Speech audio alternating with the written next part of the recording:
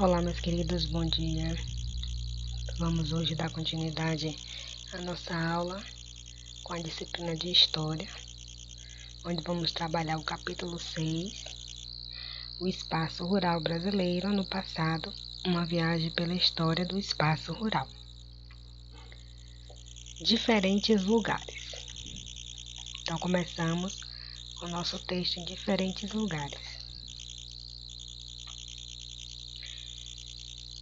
O que você sabe sobre o espaço rural? E sobre o espaço urbano? Sabia que esses lugares se organizam de diversas formas e que eles têm muitas histórias para contar? Nesta unidade, você vai compreender melhor essas histórias, além de entender como esses espaços se formaram ao longo do tempo e conhecer as formas de trabalho que existem e que existiam e que ainda existem em cada um deles. Não perca tempo. Para começar a embarcar nesta aventura, é só virar a página. Então, vamos abrir nosso livro na página 12, onde se inicia o nosso capítulo. Todo o Brasil é um jardim em frescura. Não se vê em todo o ano árvores nem erva seca.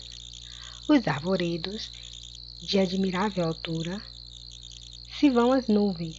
Muitos dão bons frutos, e o que lhes dá graça é que há neles muitos passarinhos de grandes formosuras e variedades. Os bosques são todos frescos, que os lindos e os artificiais de Portugal ficaram muito baixo. Arvoredo nesse texto quer dizer grande número de árvores em determinada área. Então, vocês estão vendo aí a imagem, duas imagens que foram retiradas do livro de vocês, da página 12. A chegada dos portugueses, representando essa figura. E na segunda imagem, representando o lindo arvoredo de grandes pássaros formosos e de grandes variedades, certo? Na página 13, tem Trocando as Ideias. O texto que eu acabei de ler foi escrito em 1585 pelo padre europeu José de Anchieta. Aqui ele compara o Brasil. Ele fala no texto, ele compara o texto, o Brasil do texto ao quê? Vamos trocar ideias? Ele fala aqui, ó. Todo o Brasil é um jardim de frescura. Então, ele compara o nosso texto a um jardim. De acordo com o texto, o que existia no território brasileiro em 1585? De acordo com o nosso texto, ele vem aqui, ó. Não se vê em todo ano árvores nem ervas secas. Então, é uma das coisas que ele compara, muitas ervas e árvores, algumas delas cheias de frutos, que dão bons frutos e que lhe dá graça. E além disso, também eles falam de diferentes tipos de pássaros. Então, ele fala aqui, ó, passarinhos de grandes formosuras. E o terceiro questionamento da ideia é: se José Anchieta chegasse ao Brasil hoje, ele encontraria um lugar bem diferente daquele que avistou no passado. Quais mudanças você imaginaria que aconteceram no território brasileiro até que ele deixasse a ser composto principalmente por vegetações e animais? Aí é uma resposta pessoal que você vai trocar ideia com o papai, com a mamãe, com o irmão mais velho, mais novo. Converse sobre esse texto, certo?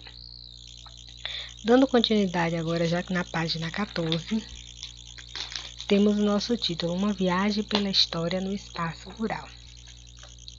Na época que os portugueses chegaram ao Brasil, não existiam prédios ou outras construções, como as que existem atualmente. Havia apenas vegetações e os animais, junto com os povos indígenas. Entenda melhor sobre isso lendo o texto abaixo. Então, coloquei o texto aí, vamos ler juntos?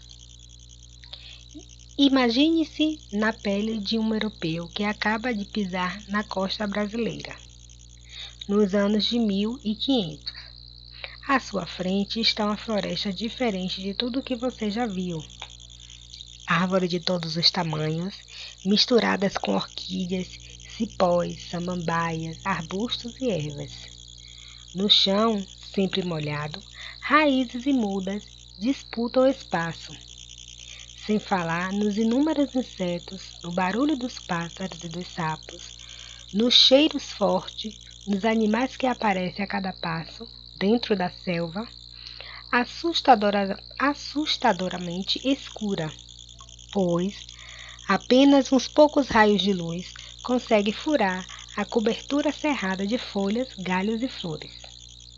A Mata Atlântica foi a primeira paisagem que os portugueses encontraram. Era exuberante e majestosa.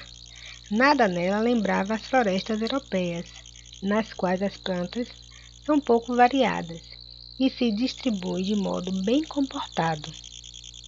Um misto de assombro e fascínio tomou conta dos primeiros exploradores. No texto ele fala sobre a palavra costa, está aqui destacado, ó. É uma área próxima ao mar. Quando a gente fala sobre a costa de Salvador, sobre a costa do Rio de Janeiro, então é sobre aquela área próxima ao mar. Certo? À medida que os portugueses foram conhecendo melhor as terras brasileiras, eles passaram a desenvolver nelas algumas atividades de trabalho, com o objetivo de gerar lucros, quer dizer, com o objetivo de ter qualquer vantagem, qualquer benefício para poder tirar alguma coisa disso. Então, eles começaram a trabalhar, fazer algumas atividades de trabalho, com o objetivo de tirar alguma vantagem do Brasil para Portugal. Foi dessa forma que, aos poucos, o território do Brasil foi se transformando. Então, nessa imagem que nós estamos vendo aí, ó, é uma obra do desembarque dos portugueses no Brasil, ao ser descoberto por Pedro Álvares Cabral em 1500. Uma obra que foi retratada por Alfredo Gameiro em 1900. Nela, além da presença dos povos indígenas, que nós enxergamos aqui, ó, essa parte aqui são os povos indígenas, e dos portugueses, que é esses aqui que estão vestidos, tá vendo? É possível também perceber parte da vegetação que existia no território, essa parte toda aqui é vegetação brasileira na época. Uma das primeiras atividades lucrativas realizada pelos portugueses no território brasileiro foi a extração de uma árvore chamada pau-brasil. Sua madeira era bastante resistente e costumava ser usado tanto para fabricar móveis quanto para produzir um corante utilizado para o tingimento de tecidos. Essas características fizeram com que essa árvore fosse muito explorada pelos portugueses, chegando a ser quase extinta. Para extrair a madeira do pau-brasil, os portugueses precisaram do trabalho dos povos indígenas. Alguns desses povos faziam esse serviço em troca de objetos que nunca tinham vistos, como espelhos e enfeites, e outros realizavam essa atividade contra a sua vontade, sob ameaça dos portugueses. Aí a Pro colocou aqui a imagem que nós temos no livro, que é um mapa da terra do Brasil, produzido por Lopo Homem, em 1519. Nele é possível observar os indígenas transportando a madeira do pau-brasil para algumas embarcações. Então aqui era madeira, eles levavam a madeira até as embarcações que ficavam aqui. E essas duas imagens aqui, eu coloquei a imagem da árvore do pau-brasil para vocês verem como é, né? E aqui eu ampliei mais ou menos para ficar mais próximo ao tronco, esse troncozinho aqui, onde aqui eles usavam para tingir essa tintazinha aqui, ó. Usava para fazer o tingimento das roupas. Na época da extração do pau-brasil, os portugueses se interessavam apenas em levar a madeira para Portugal, sem com isso permanecer no território brasileiro. Por isso, nessa época, poucos portugueses moravam aí. Então, a intenção deles naquela época era apenas tirar a madeira de lá, certo?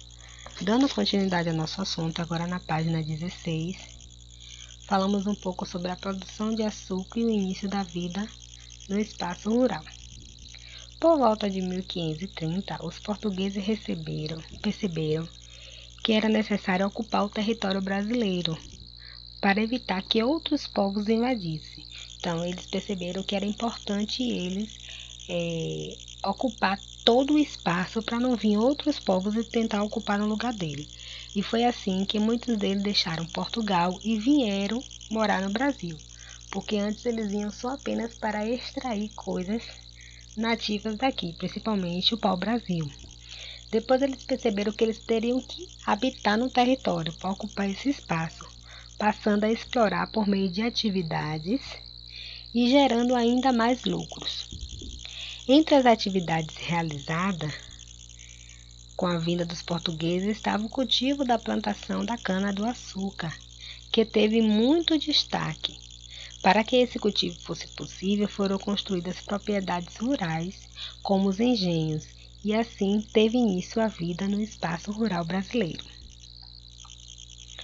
Os engenhos em geral eram espaços que compreendiam as plantações de cana-de-açúcar e os equipamentos necessários para a produção do açúcar.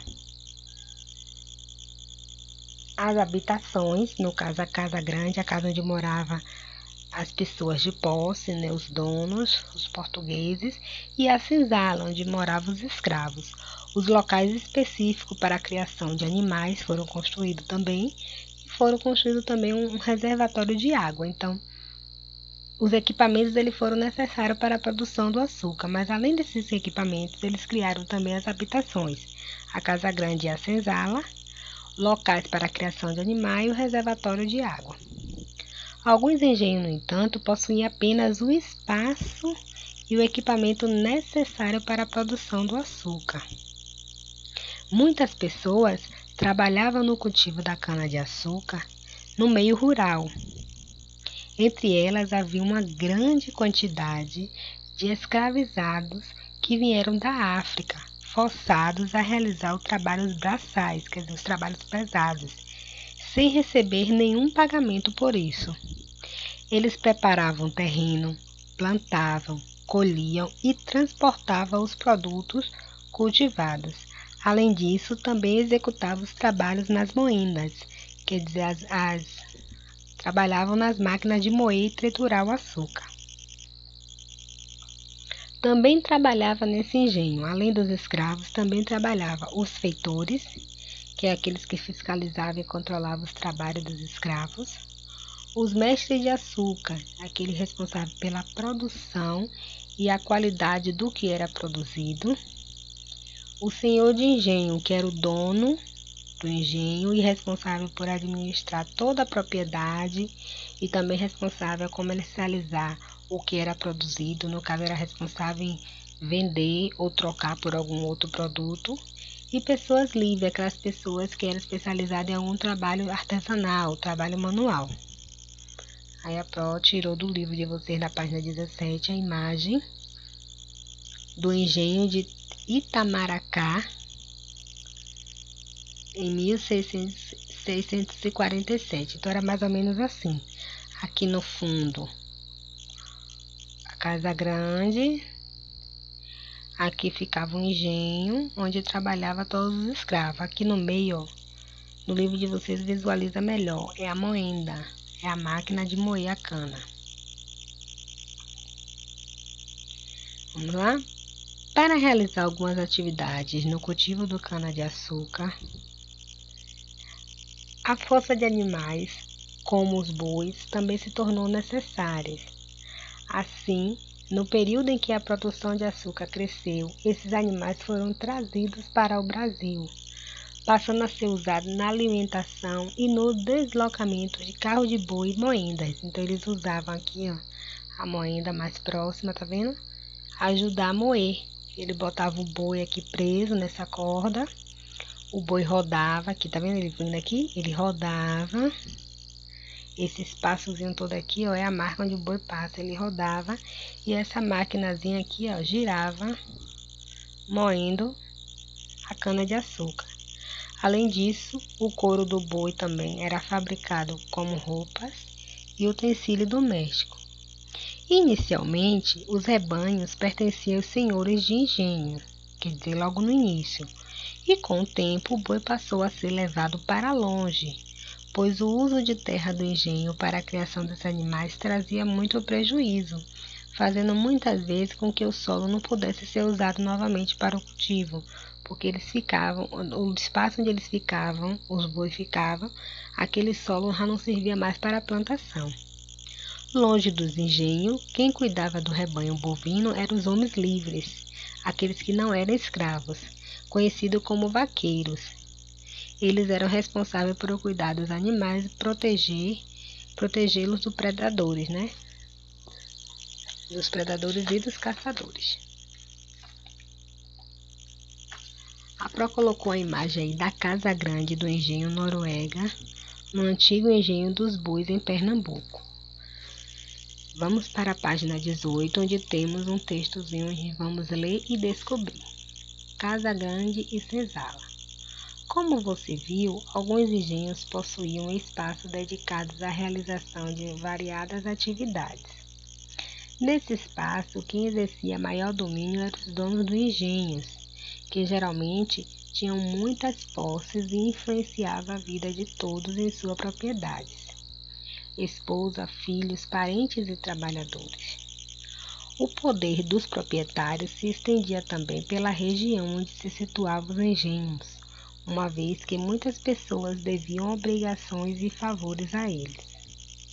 Os itens produzidos nos engenhos eram considerados valiosos em outros países e por isso eram vendidos a preços elevados, quer dizer, preço muito alto. A produção e o comércio desses produtos tornavam ricos os donos dessas propriedades. Essa riqueza, entretanto, também era construída pelo trabalho pesado de pessoas escravizadas e de trabalhadores livres. Para conhecer melhor a estrutura do engenho brasileiro no passado, observe a planta do engenho Noruega em Pernambuco. Essa planta aqui da imagem. Então, nós temos aí, número 1, Casa Grande. É essa partezinha aqui, ó, da planta. Essa parte aqui é toda chamada de Casa Grande, onde habitava o fazendeiro e toda a sua família. Número 2, nós encontramos a senzala. Ela fica geralmente num canto, no fundo, mais afastado, tá vendo? Aqui onde a Pro tá marcando, ó, é a senzala. A senzala é o lugar onde dormiam os escravos. Então, os escravos ficavam à noite. Era aqui na senzala. O número 3 é o pomar. Está localizado bem aqui no fundo, ó, um espaço de plantas, tá vendo? Onde se cultivava as árvores frutíferas, as árvores que dão frutos. O número 4 é o galinheiro. Não sei se dá para ver aqui, mas no livro de vocês, na página 19, vocês visualizam melhor. Aqui onde a Pro está marcando é o galinheiro, o abrigo de galinhas. Perto do galinheiro, aqui atrás, era o número 5, ficava o chiqueiro, onde eram criados porcos, né? Depois vem o curral. O curral, ele estava bem aqui afastado, ó. Onde tem muita plantação, onde tem, geralmente tinha um riachozinho passando, onde repousava os rebanhos bovinos, onde ficavam os bois, as vacas, era aqui nesse pedaço. Tinha muito capim para poder eles comerem, né? E o riacho. Depois tem o engenho, que geralmente também fica um pouco afastado da Casa Grande. Aqui se localizava o engenho, ó, o moinho. Aqui era o engenho. O engenho é o espaço reservado para a produção do açúcar, onde fica a moenda, né, e ali preparava o açúcar.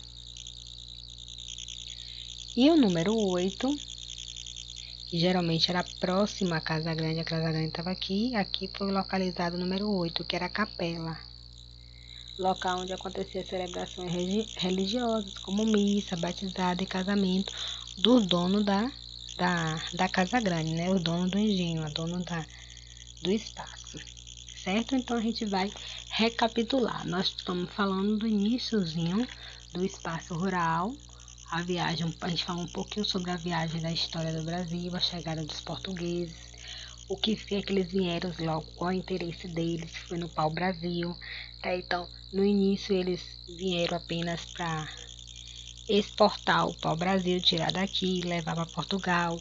Então, quem fazia esse transporte, geralmente da terra até as embarcações, eram os índios.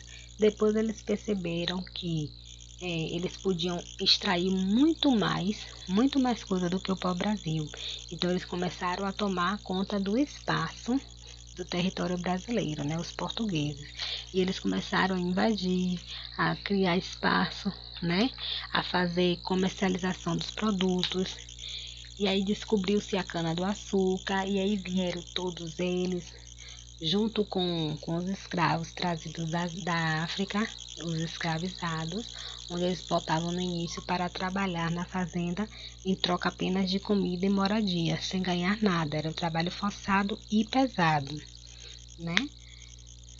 E na próxima aula vamos dar continuidade a esse assunto, mas a gente vai parar até aí. Agora vai ser com vocês. Vocês vão realizar as atividades do livro da página 15, página 20 e página 21. Um beijo e até a próxima aula.